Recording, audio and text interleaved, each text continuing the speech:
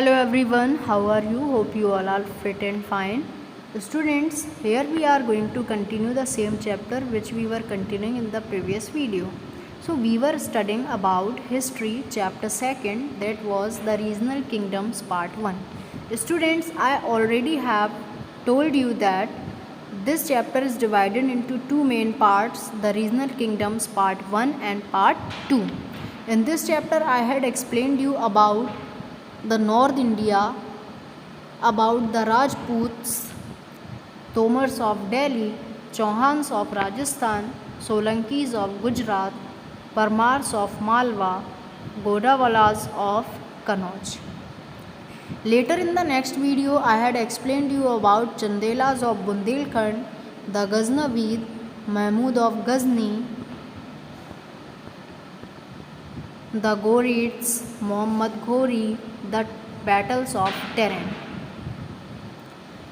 So here the topic of the day is the Palas. Now we will learn about the Pals. The Pals ruled the region covered by the present day states of Bihar, Jharkhand, West Bengal and Bihar, Jharkhand और waste Bengal आज जहाँ पर है उस area, उस reason में किसका rule था? पाल्स का, जिसको पालाज इंग्लिश में लिखा गया है. Gopal was the first ruler. उसका फर्स्ट रूलर कौन था? गोपाल. ही एंड हिज सन, और उनके बेटे का नाम था Dharmpal. Expanded and strengthened the kingdom. Dharmpal also encouraged trade with South East Asia.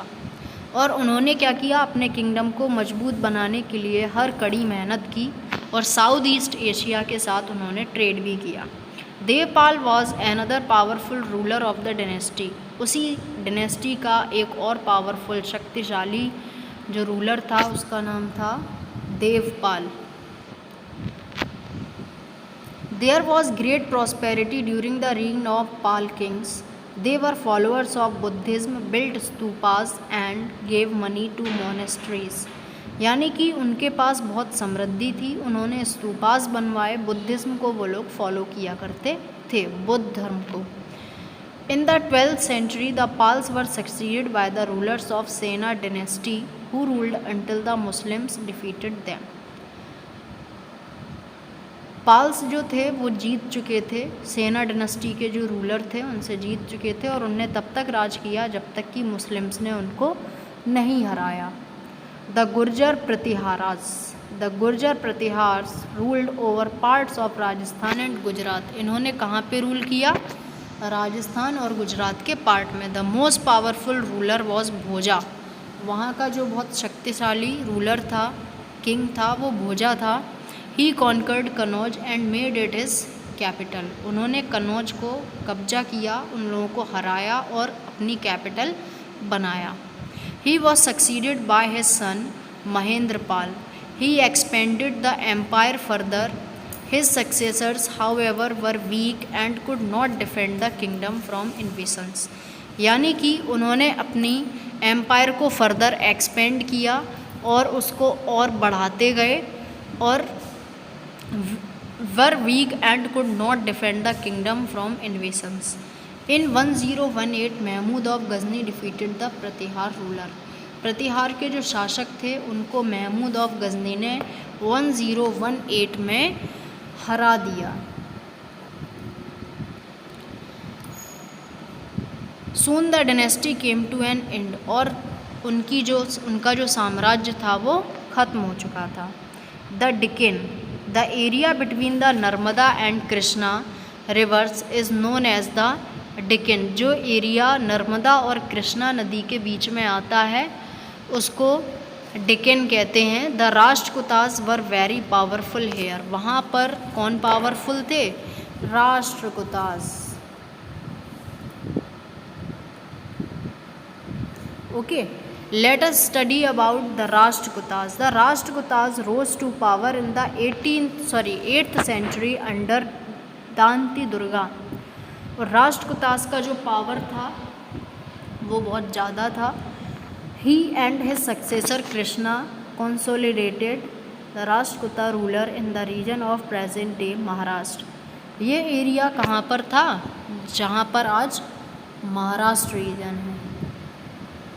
The Rashtrakutas fought against the Palas and the Gurjara Pratiharas in the north. Rashtrakutas इतने पावरफुल थे कि उन्होंने दोनों पाल्स और गुर्जर प्रतिहार सभी से फाइट की। Towards the south they clashed with the Pallavas, और साउथ की तरफ उनका जो बेड़ा था वो किससे पड़ा? पल्लव से, यानी कि वो लोग बीच में आए। The Pandyas and the Cholas continuous wars weakened the Rashtrakutas considerably. They were finally overthrown in the 10th century. और बहुत समय तक ये युद्ध चलता रहा। The Rashtrakuta kings were patrons of art, architecture and literature. Rashtrakuta के जो किंग्स थे वो लोग बहुत ही होशियार थे आर्ट, आर्किटेक्चर और लिटरेचर में, यानी कि आर्ट, आर्किटेक्चर, जो लिटरेचर है ये उन्हीं की देन है। The famous Kailash temple at Ellora and the rock cut caves at Elephanta were carved during the reign of the Rashtrakutas. यानी कि जो एलिफेंटा केव्स है, एलोरा टेम्पल है, ये सभी किसकी देन है? राष्ट्रकूटास की। The rulers also encourage the growth of regional languages specially Kannada. और वहाँ के जो रूलर्स थे वो इनकरेज किया करते थे लोगों को कि वो रीजनल लैंग्वेज यूज़ करें और उसको मोटिवेट करें। Other kingdoms Yadavas of Devagiri Bhillama founded the kingdom in the 12th century.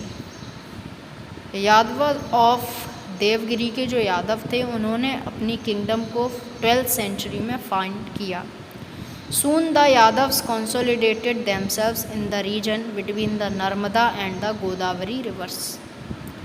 A flourishing trade made the kingdom rich and prosperous. In the 14th century, the Khalji rulers annexed their territories. जो खलजी के rulers थे उन्होंने उनकी territories पर कब्जा किया।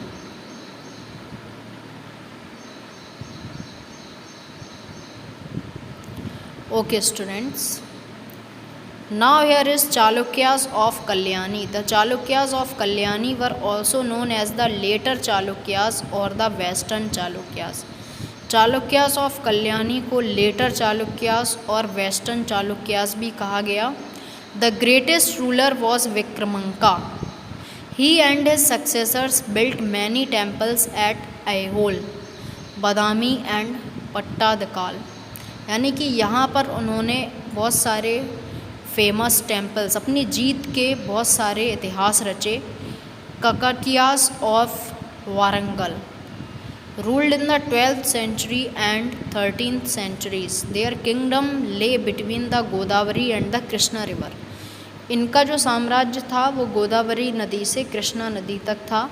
Marco Polo tells us that the Kakatiya rulers were followers of Shaivism, though Jainism and Vaishnavism also flourished.